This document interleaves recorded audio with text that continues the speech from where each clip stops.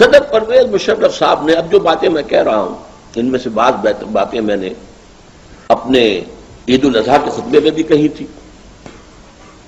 پرسوں جو جمعہ کا خطاب میں نے کیا اس میں بھی کہی، لیکن آج کے مضمون کو مکمل کرنے کے لیے مجھے انہیں کچھ اختصار کے ساتھ دہرانا پڑے گا۔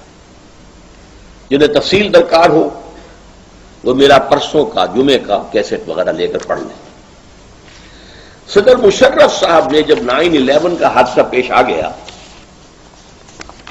اور ایک ہی ٹیلی فون پر وہ بتاشے کی طرح بیٹھ گئے، یو ٹرن لے لیا،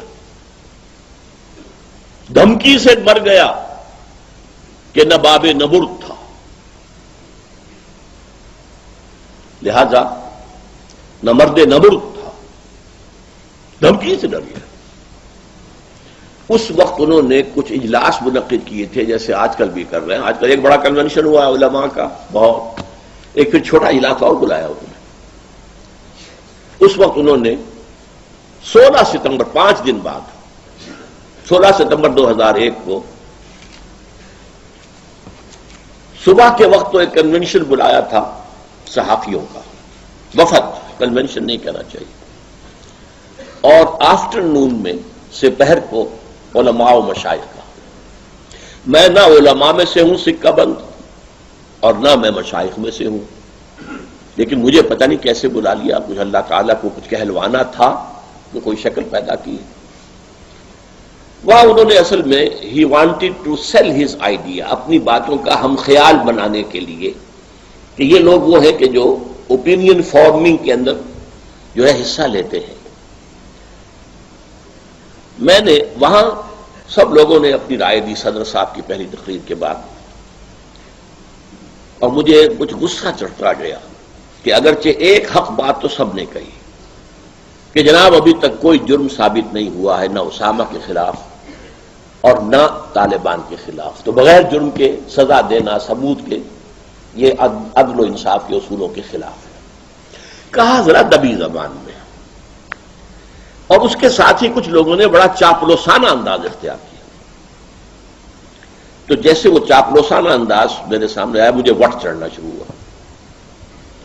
اتفاق سے میں آخری تھا اس میں، اس لیے کہ میں صدر صاحب کے ساتھ کی کرسی پر بیٹھا ہوا تھا، بائیں ہاتھ، دائیں ہاتھ سے انہوں نے شروع کیا تھا اوپینین لینا، تو ہوتے ہوتے آخر میں میری باری آئی۔ میں نے کہا دیکھیے صدر صاحب، اگر آپ نے اس وقت طالبان کے خلاف امریکہ کا اعلی کار بننا پسند کیا تو گن لیجئے 3 باتیں۔ اولاً یہ عدل و انصاف کے اصولوں سے بغاوت ہوگی، وہی بات جو سب نے کہی تھی کہ ابھی کوئی جرم ثابت نہیں ہے، عدل و انصاف کے خلاف ہے کہ سزا دی جائے بغیر جرم کے ثبوت کے۔ نمبر 2 یہ غیرت اور حمیت کے خلاف ہوگا۔ ہم نے ایک حکومت کو سپانسر کیا، طالبان کو پاکستان بے نظیر کے دور میں، اور بابر اس وقت جو تھے وزیر داخلہ، ان کے ذریعے سے سپانسر کیا گیا، امریکہ سپانسر کرنے والوں میں شامل ہے، اور ہم نے اس کو تسلیم کیا۔ اور ہمارے ہاں آج بھی سفارت خانہ موجود ہے، ملا ضعیف موجود ہے، سفیر، اور صرف ایک دھمکی پر آپ ان سے پیٹھ پھیر لیں۔ آخر غیرت بھی کسی شے کا نام ہے، غیرت ہے عجب چیز جہان تگ و دو میں، پہناتی ہے درویش کو تاج سر دارا۔ ہمارے حال یہ ہو گیا ہے کہ اب کوئی غیرت باقی نہیں رہی، کہ نہ تھا کہ غیرت ناک تھا جس کا گئی تیمور کے گھر سے۔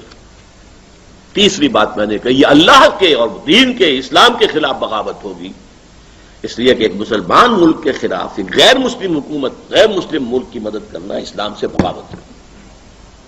البتہ میں نے کہا کہ جو مصلحتیں آپ بیان کر رہے ہیں وہ صحیح ہیں۔ مصلحتیں کیا تھیں؟ ہمارا کشمیر کا مسئلہ حل ہو جائے گا، امریکہ کرا دے گا، ہمارا ایٹمی اثاثہ محفوظ رہے گا، ہم اس وقت کسی خطرے سے دوچار نہیں ہوں گے۔ میں نے کہا یہ آپ کی تینوں باتیں ٹھیک ہیں، میں مانتا ہوں، لیکن یہ عارضی ہے، بہت جلد آپ کی باری بھی آ کر رہے گی۔ اس کی وجہ کیا ہے؟ ان تمام واقعات کے پیچھے اصل سازش اسرائیل کی ہے، امریکہ کی نہیں ہے۔ یہ تو اسرائیل کی سازش ہے، اور اسرائیل کا سب سے بڑا ٹارگٹ پاکستان ہے۔ اسرائیلیوں کو توقع یہ تھی کہ امریکہ ایک دم جھپٹے گا افغانستان پر بھی اور افغانستان کے سپورٹر پاکستان پر بھی، تو آپ کی باری آ کر رہے گی، یہ نہ سمجھیے کہ آپ بچ جائیں گے۔